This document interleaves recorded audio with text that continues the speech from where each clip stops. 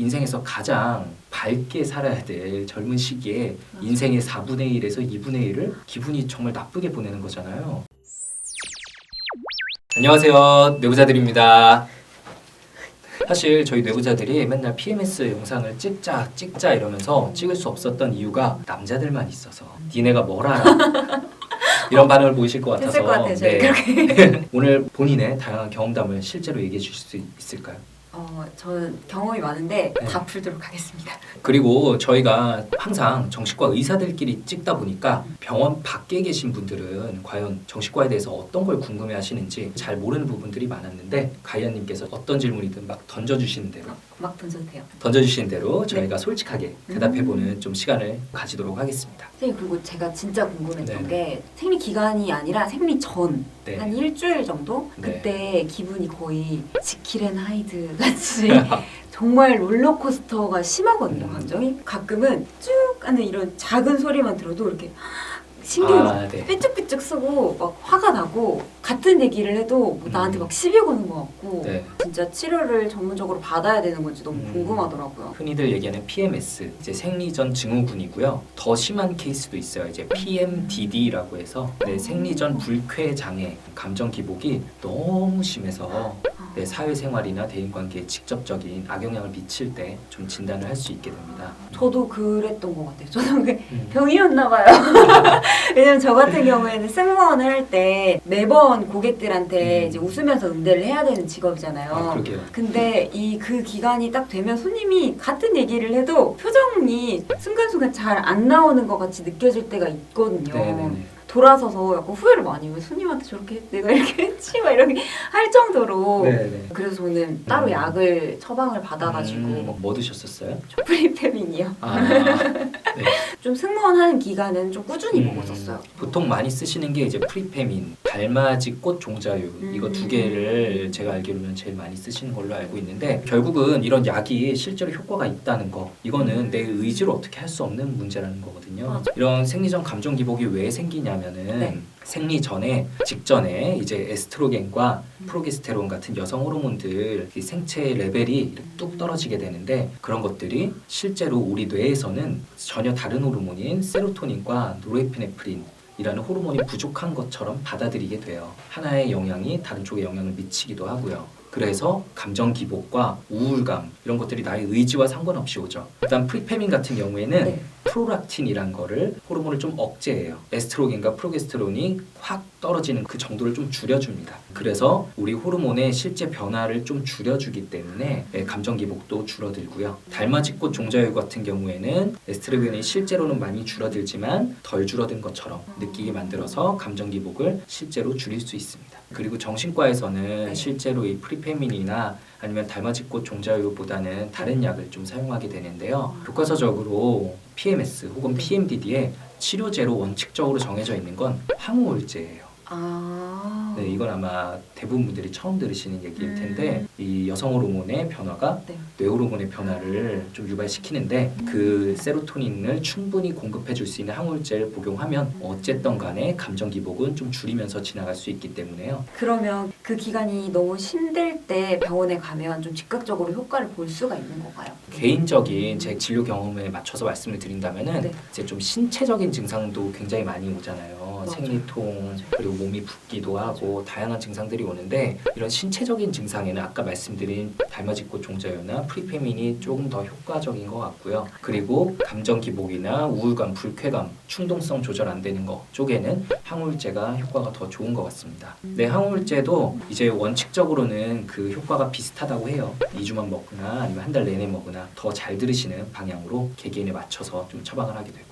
약물 치료를 하는 게 좋겠네요. 이게 너무 심한 사람들. 네, 당연히 모두에게 하는 건 절대로 아니고요. 약물도 역시 당연히 뭐 부작용도 있고. 부작용도 있어요. 뭐가 있어요? 뭐 가장 흔한 부작용은 이제 소화기계 부작용이 제일 많아요. 그래서 입맛이 떨어지거나 뭐 식욕 저하, 오히려 다이어트 클리닉에서 그래서 항우울제를 많이 처방하기도 하고요. 그리고 그 외에도 뭐 부작용, 뭐 두통, 어지러움, 불면 등등 다양한 게 사실 생길 수도 있거든요. 그렇기 때문에 증상이 경한 상태라면은 그냥 운동이나 최대한의 마인드 컨트롤로 넘어가시는 게 좋겠고요. 직장 생활, 대인관계에서 직접적인 영향을 미친다. 혹은 뭐 가정에 불화가 계속 생긴다. 이럴 경우에는 치료를 고민해 보시는 게 좋을 것 같습니다. 저는 지금은 아무래도 그 승무원 일이 아니라서 먹진 않고 있는데 심해지면 저도 병원을 한번 가보는 것도 괜찮을 것 같네요. 여자분들 구독자분들이 많아서 서비스업이나 사람들이랑 같이 일을 할 때 나한테 맞는 쪽으로 좀 보시면 좋을 것 같아요. 개인적으로는 네. 많은 분들께서 이런 걸로 내가 정신과에 가야 되냐라고 맞아요. 좀 저만 해도 전혀 네. 생각도 못했어요, 사실. 좀 걱정하시기도 하고 네. 그런데 생각해 보면은 한 달 중에 한 주 혹은 2주를 이렇게 보내게 되는 건 내 인생에서 가장 밝게 살아야 될 젊은 시기에 인생의 4분의 1에서 2분의 1을 기분이 정말 나쁘게 보내는 거잖아요. 너무 그렇게 말하니까 좀 슬퍼졌어요. 그래서 이 문제가 있으신 분들은 적극적인 치료를 하시면 인생의 정말 많은 부분을 챙기실 수 있는 거라 좀 다르게 생각해 보시면 좋을 것 저 같아요. 소름 끼쳤어요, 좀. 소름 끼쳤어요. 진짜 진짜 왜냐면 이 생각을 못했어요. 항상 이 일주일이나 2주일을 그냥 버텨야지라고 생각했는데 길게 보니까 진짜 내 인생에 거의 젊은 날의 반을 이렇게 짜증나고 분노에 차서 이렇게 보내고 있을 수 있는데 있었네요. 여러분 유난 떠는 게 아닙니다. 우리 같이 병원 가요. 심한 분들은 진짜 병원을 가시면 좋겠네요. 이런 걸로 내 일상이 너무 어렵다라고 하면 저희에겐 그걸 당연히 해결해 드려야 될 문제니까 그리고 100% 모든 분이 해결되는 건 아니지만 그래도 정말 많은 분들이 큰 도움을 받으시기 때문에 편하게 병원에 들리셔도 될 것 같아요. 네. 정신과 의사 선생님이라서 그런지 정말 따뜻하시네요. 산부인과를 가시는 분도 있고 정신과를 가시는 분도 있잖아요. 네네. 두 개가 어떻게 다른 거예요? 산부인과 쪽에 가면은 아무래도 여성 호르몬을 좀 보충해주는 쪽으로 진료가 많이 되게 되고요. 저희는 이제 항우울제 쪽으로 많이 가게 되는데 신체적인 문제가 조금 더 메인이다라고 하시면은 산부인과 쪽을 가서 상담해 보시는 게 좋을 것 같고요. 정신적인 스트레스가 우선이다라고 하면은 정신과에 오시는 게 너무도 뻔한 답일 것 같습니다. 뻔하지만 저희는 몰랐던 사실. 저는 그리고 이 시기에 초콜릿이나 뭐 단 음식이나 빵, 탄수화물, 특히 단 것들을 정말 많이 먹거든요. 네. 그리고 걔네가 저를 부르는 것 같아요. 와, 내가 여기 있는 걸 이런 느낌이에요. 이것도 뇌가 문제가 돼 있는 거죠. 보통은 두 가지 정도로 얘기를 할 수 있을 것 같은데요. 첫 번째로는 그렇게 세로토닌이 부족해지면 충동성 조절도 잘 안 돼서 일단 탄수화물은 좀 중독성이 있잖아요. 먹게 되는 거고요. 그리고 두 번째로는 이런 경우에 좀 자가 치료하는 거라고 말씀을 드려요. 우리 몸에서 기분이 계속 나쁘면 본인 뇌도 안 좋고 무의식도 안 좋으니까 어느 정도 균형을 맞춰주기 위해서 약을 찾아서 먹는 거예요. 우리 뇌에서 항상성을 맞추기 위해서 약이 될 수 있는 물질들을 찾는 거죠. 먹고는 계속 있지만 먹으면 안 될 것 같지만 계속 찾고 이러니까 이때도 되게 고민돼요. 먹어야 되는 건지. 그래서 사실 자책은 아무 의미가 없는 것 같아요. 뭐 이미 먹었는데 어떻게 해요. 그래서 그냥 이럴 때는 먹는 거를 좀 허용해 주는 대신에 습관적으로 그냥 운동을 그냥 세트로 넣어놓는 게 필요할 것 같아요. 그리고 선생님 저희가 아까 생리전 증후군처럼 비슷하게 이건 병원을 가도 되나? 뭔가 너무 힘든데 병원을 가야 되나? 근데 진짜로 그래서 많이 찾아보고 제 주변에도 이것까지는 아닌 것 같아 하고 언제 어떨 때 가야 되는지도 되게 궁금했었어요.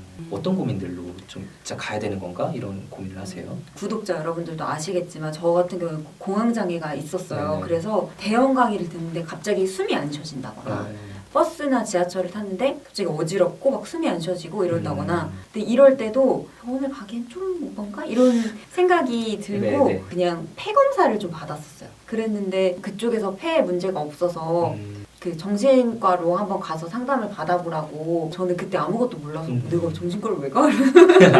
이상한 사람이네 하고 그냥 병원을 아예 안 갔었거든요. 근데 그 뒤에 너무 심해져가지고 알아보고 이제 정신과를 가게 된 케이스였는데 가장 흔하게는 좀 우울하거나 너무 힘들거나 이럴 때 너무 나약한 것 같다 내가 정신 트레이닝을 해야 된다 이렇게 생각하는 그런 사람들도 많이 있을 것 같아요. 실제로 그 정신과 진단 교과서에서도 병이 되려면은 이 사람의 일상생활, 뭐 대인관계, 직업생활 이런 데 심각한 지장을 미쳐야만 한다라는 애매한 표현이거든요.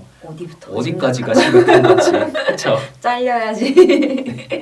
그런데 말씀드릴 수 있는 건 이런 고민들을 하시는 것 자체가 사실은 이미 가볼 만한 상태이긴 한 거죠. 그리고 정신과에서도 이제 왔을 때 사실 계속 치료받을 만한 상황이 아니면 그냥 안 오셔도 된다. 좀 더 지켜봐도 될 것 같다. 마음 편하게 먹고 지내시라라는 그 얘기로 돌려보내게 될 때도 종종 해요. 있어요. 근데 진짜 병원을 뭔가 가는 게 사실 전 심리 공부를 했음에도 불구하고 되게 힘들더라고요. 뭔가 낙인이 찍히는 것 같고 취업할 때나 혹시 넘어가진 않을까.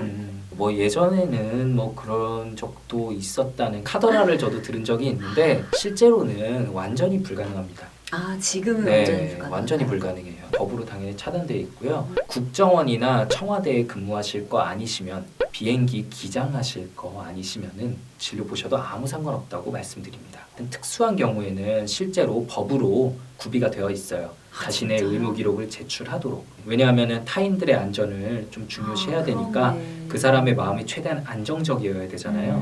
근데 나머지 대부분의 직군에서는 문제가 되지 않아요. 네, 전혀 문제가 되지 않습니다. 알 수가 없어요. 그리고 승무원도 전혀 그런 거에 네. 대해서 뭐 가져와라 전혀 하지 않기 때문에 진료를 받고 음. 해도 전혀 문제가 안 돼요.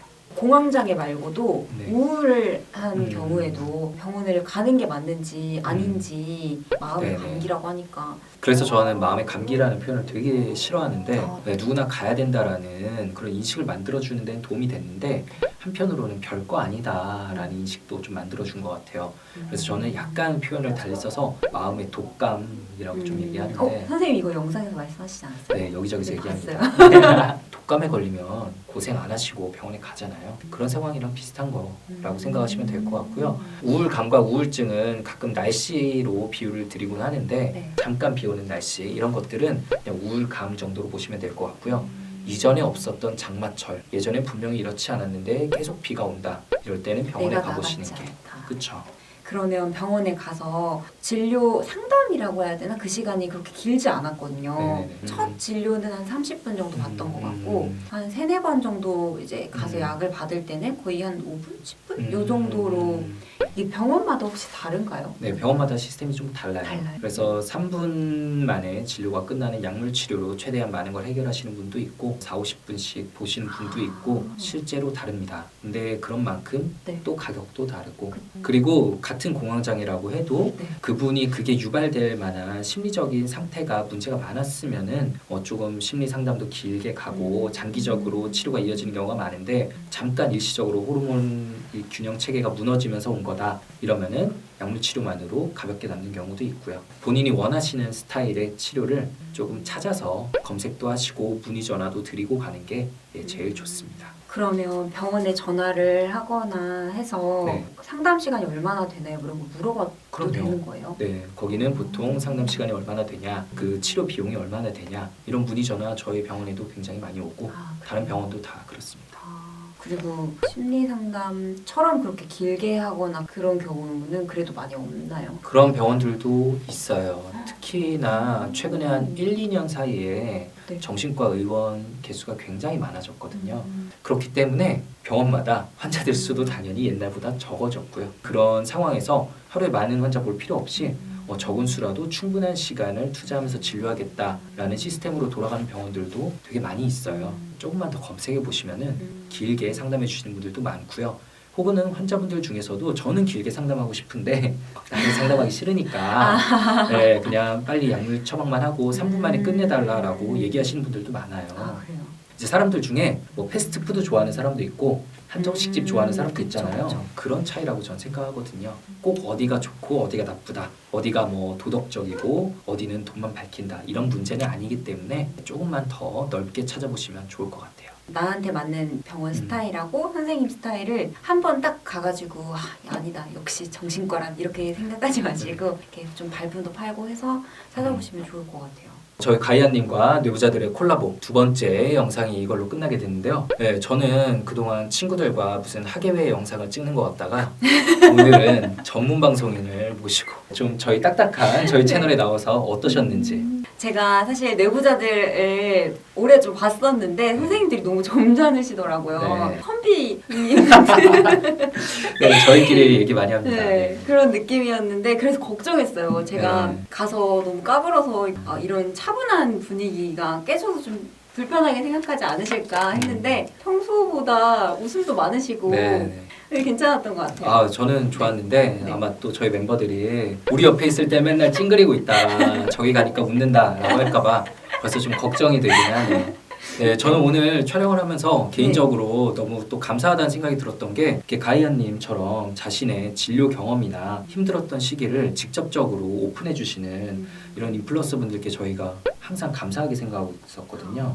네, 그런데 이전에도 이미 이런 영상들도 만들어 주셨고 오늘도 이런 정신과 채널에 나오셔서 본인의 직접 경험담을 얘기해 주셔서 너무 감사했습니다. 그리고 진짜 실제로 도움이 생각보다 너무너무 많이 돼서 많은 분들이 도움을 받으셨으면 좋겠어요. 저도. 네, 오늘 평소 저희 구독자분들도 많이 궁금해하셨을 PMS 그리고 정신과에 대한 다양한 Q&A 시간을 가졌는데요. 오늘 이 귀한 자리에 나와주신 가이아님 채널에도 정말 좋은 내용들이 많이 있으니까요. 그리고 저희 구독자분들이 궁금해하실 심리에 관련된 부분들도 있으니까요. 많이 찾아가셔서 저희 둘 다 조만간 실버 버튼을 가지고 만나는 걸로. 좋습니다. 그러면은 다음 시간에 더 재밌고 유익한 영상으로 그리고 조금 더 밝은 영상으로 돌아오도록 하겠습니다. 감사합니다. 오늘 영상 조금이라도 재밌고 유익하셨다면 구독, 네, 좋아요. 댓글 쓰기 알림 설정까지 네, 꼭 부탁드립니다. 감사합니다. 감사합니다.